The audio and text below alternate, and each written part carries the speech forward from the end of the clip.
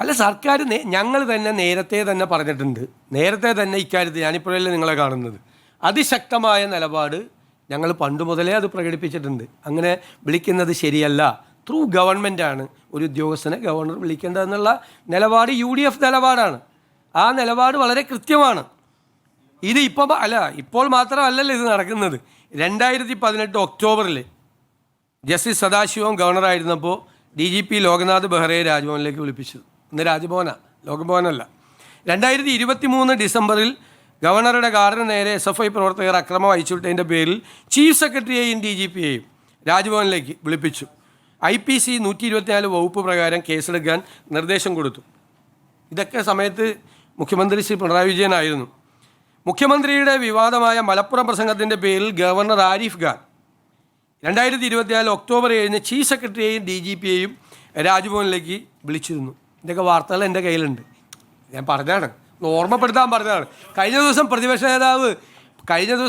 നേതാവ് സംസാരിച്ചപ്പോൾ ഞാൻ തന്നെ വിചാരിച്ചത് ആദ്യമായിട്ടാണ് ഒരു ഉദ്യോഗസ്ഥനെ ലോക്ഭവനിലേക്ക് വിളിച്ചു വരുത്തിയെന്ന് വിചാരിച്ചത്. നേരത്തെ ഉണ്ടായിട്ടുണ്ട്, അന്നും പ്രതിഷേധിച്ചിട്ടുണ്ട്, ഇപ്പോഴും പ്രതിഷേധിച്ചു. അതിലൊരു അതൃപ്തി അറിയിക്കുമോ ലോക്ഭവനെ?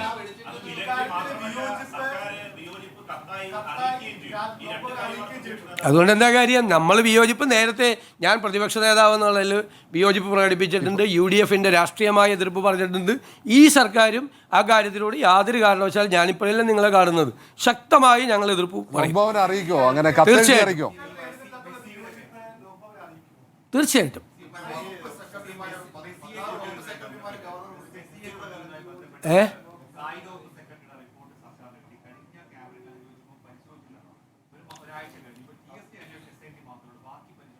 അതുമായി ബന്ധപ്പെട്ട പരിശോധന പൂർത്തിയായി. അതുമായി ബന്ധപ്പെട്ടുള്ള തീരുമാനം ഉടനുണ്ടാവും. ഒന്ന്, കായിക വകുപ്പ് സെക്രട്ടറി തന്ന പരാതിയുടെ പുറത്തുള്ള തീരുമാനം, അതിൻ്റെ പരിശോധന പൂർത്തിയായി. എന്ത് നടപടികൾ സ്വീകരിക്കണം എന്ന് റെക്കമെൻഡ് ചെയ്ത് അത് ബന്ധപ്പെട്ട വകുപ്പിന് അയച്ചു കൊടുക്കും. ഒന്ന്. രണ്ടാമത്തെ കാര്യം GST വകുപ്പ് അന്വേഷണം നടത്താൻ വേണ്ടി സ്പെഷ്യൽ ഇൻവെസ്റ്റിഗേഷൻ ടീമിനെ നിയോഗിച്ചിട്ടുണ്ട്. GST തട്ടിപ്പ് നടന്നിട്ടുണ്ടെന്ന് ഞാൻ കഴിഞ്ഞ പ്രാവശ്യം തന്നെ പ്രാഥമികമായി പറഞ്ഞു. അതിപ്പോൾ ഞങ്ങൾ കണ്ടുപിടിച്ച കാര്യമല്ല, ശരിക്കും LDF ഗവൺമെൻറ് തന്നെ കണ്ടുപിടിച്ചതാണ്. അന്നത്തെ കാലത്ത് LDF ഗവൺമെൻറ് കണ്ടുപിടിച്ച് LDF ഗവൺമെൻറ് നോട്ടീസ് കൊടുത്താണ്. ആ നോട്ടീസ് കൊടുത്തത് പിന്നീടത് മരവിപ്പിക്കപ്പെട്ടു. ആ മരവിപ്പിക്കപ്പെടാനുള്ള കാരണത്തെക്കുറിച്ച് കൂടി ഈ GSTയുടെ സ്പെഷ്യൽ ഇൻവെസ്റ്റിഗേഷൻ ടീം അന്വേഷിക്കും. അതിൽ ഉദ്യോഗസ്ഥർക്ക് പങ്കുണ്ടോ എന്നുള്ള കാരണം ഉൾപ്പെടെയുള്ള കാര്യങ്ങൾ അന്വേഷിച്ച് GST വകുപ്പ് അത് അന്വേഷിക്കും. കാരണം സർക്കാരിന് 22 കോടി രൂപയിലധികം നഷ്ടമുണ്ടായിട്ടുണ്ട്.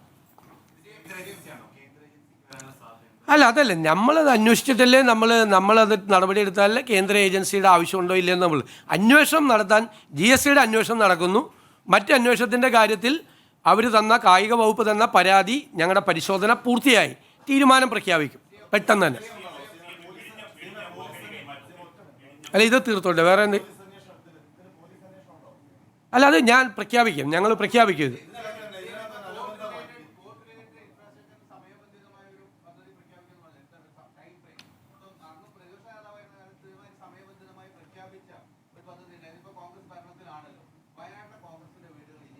അവിടെ നിർമ്മാണ പ്രവർത്തനം ആരംഭിച്ചല്ലോ. ഞാൻ ഇന്നും അതിന് ആവശ്യമായ പൈസ ചെക്കിൽ ഒപ്പിട്ടിട്ടാണോ ഇത്? എൻ്റെ കൂടി പേരിലുള്ള ജോയിൻ്റ് അക്കൗണ്ട്